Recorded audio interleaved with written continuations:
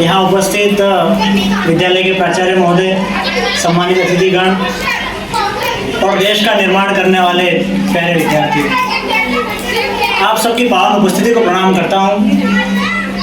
देखिए, विदाई एक ऐसा शब्द है जो सुनने मात्र से मन में थोड़ी सी निराशा भर देता है।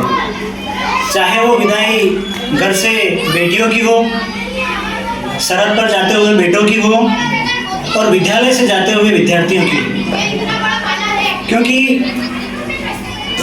आप और हम देखिए, केवल मेरा ये मानना है कि एक विद्यार्थी कभी भी अपने शिक्षा स्थली से और कभी भी अपने शिक्षक से विदा नहीं होता है। आप और हम केवल इस परंपरा का निर्वहन कर रहे हैं। हमारा जो देश है युवाओं का देश है और कहते हैं कि युवा इस देश की दशा और दिशा दोनों तय करते हैं। मेरा व्यक्तिगत रूप से मानना है, जिस ओर जवानी चलती है उस ओर जमाना चलता है। आप विचार कीजिए कि आप किस श्रेणी में चल रहे हैं। हम अपने देश के लिए क्या कर्तव्य रख रहे हैं, हम अपने समाज के लिए क्या कर्तव्य रख रहे हैं। आज हम एआई के ज़माने में जी रहे हैं, आधुनिकता के युग में जी रहे हैं, लेकिन विचार कीजिए कि क्या हम अपनी संस्कृति से जुड़े हुए हैं, क्या हम अपने संस्कारों से जुड़े हुए हैं, क्या हम अपनी जड़ों से अलग हुए हैं या नहीं। आदरणीय सर, जब आपके उद्बोधन सुनता हूँ तो मैं देखता हूँ कि हमारे सर हमारे बच्चों के लिए और अपने विद्यार्थियों के लिए कितने प्रयास करते हैं, लेकिन प्रश्न चिन्ह तब खड़ा होता है कि क्या विद्यार्थी उन प्रयासों पर खरे उतरते हैं। मेरा एक विचार मानिए, बंधे रहिए संस्कारों से और स्वतंत्र रहिए विचारों से।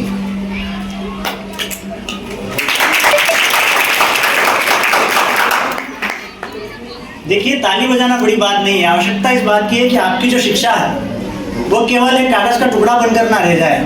आपकी शिक्षा आपके व्यवहार में झलकना चाहिए, आपके आचरण में दिखना चाहिए, आप गरीब की मदद करते हुए दिखना चाहिए। तो आपकी शिक्षा वहाँ सार्थक है, वहाँ पे आपके 89% सार्थक नहीं है। मुझे कहीं लिखी हुई एक पंक्ति याद आती है, सर कभी किसी ज़माने में कविता लिखी थी, तब आज वो इस मुकाम पे आते हुए अचानक याद आ गई। युवाओं के लिए वो कविता याद आ गई मुझे। तब आपसे मैं निवेदन करना चाहता हूँ, मेरे सामने बैठे हुए मेरे विद्यालय के युवा बेटे हैं, तब निवेदन करना चाहता हूँ कि भूल रही है पीढ़ी सब कुछ धीरे धीरे, अरे तुम भी इस भीड़ का हिस्सा बन मत जाना। युवाओं का लक्ष्य क्या है सर? आज केवल एक लक्ष्य है, मोबाइल का 1.5 GB डाटा इधर से उधर सरकाना, खाना पीना, सो जाना। 20 साल का एक लड़का धूम्रपान करते हुए सोचता है कि मुझसे ज़्यादा पावरफुल व्यक्ति इस दुनिया में कोई नहीं है। हकीकत बता रहा हूँ। तब कहता हूँ कि भूल रही है पीढ़ी सब कुछ धीरे धीरे, अरे तुम भी इस भीड़ का हिस्सा बन मत जाना। नाम अमर करना इतिहास में, कोई खोया किस्सा बन मत जाना। मत भूलना तुम अपनी रिवाज अपनी रीति को, मत भूलना तुम अपनी परंपरा अपनी संस्कृति को।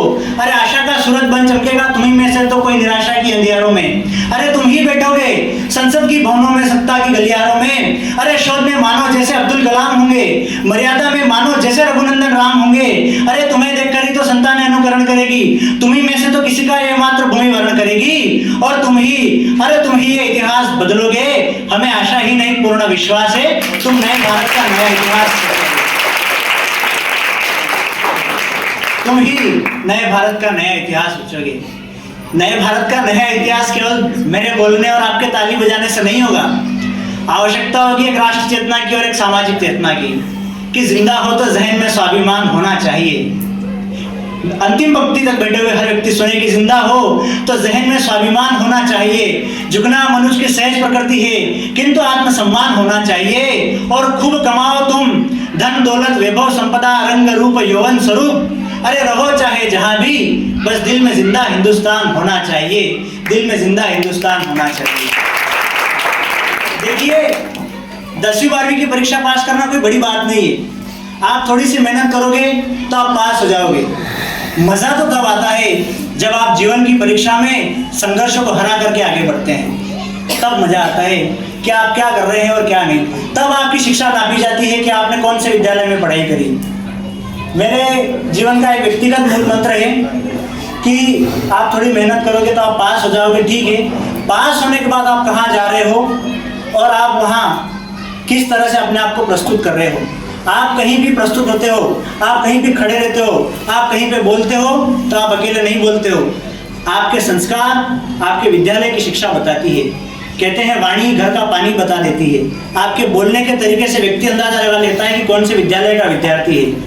हम आपसे बस ये निवेदन करते हैं कि आप कहीं जब जाएं, ये 12वीं कक्षा पास करने के बाद आप कहीं हमें मिल जाए तो हमें आप पे गर्व होना चाहिए कि ये हमारे विद्यालय के विद्यार्थी हैं, हमें शर्मिंदगी का एहसास नहीं हो। बस ये निवेदन करना चाहते हैं। और परीक्षा पास करना कोई बड़ी बात नहीं है कि खुद को तू निहार कर जरा विचार कर, खुद को तू निहार कर जरा विचार कर, जीत होगी तेरी बस एक बार प्रहार कर, जीवन के संघर्षों को तू दूर कर, खुद के सुरूर पर, अरे तेरी जीत होगी, तू प्रयास का विद्यार्थी है, बस एक बार प्रयास तो कर, एक बार प्रयास तो कर, एक बार प्रयास तो कर, जीत होगी तेरी, एक बार प्रयास तो कर। देखिए समय की अपनी मर्यादा है, बोलने को मैं बहुत कुछ बोल सकता हूँ, ठीक है कोई बात नहीं। हर शिक्षक अपने विद्यार्थियों को एक मूल मंत्र देता है, ठीक। आज इसी प्रकार मैं भी एक मूल मंत्र देता हूँ आपको कि हमेशा सकारात्मक रहिए, पॉजिटिव रहिए।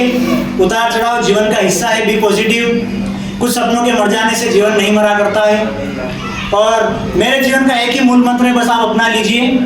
विज्ञान के विद्यार्थी बैठे हैं, बायोलॉजी के विद्यार्थी, सारे एक शब्द होता है विज्ञान में एंजियोग्राफी।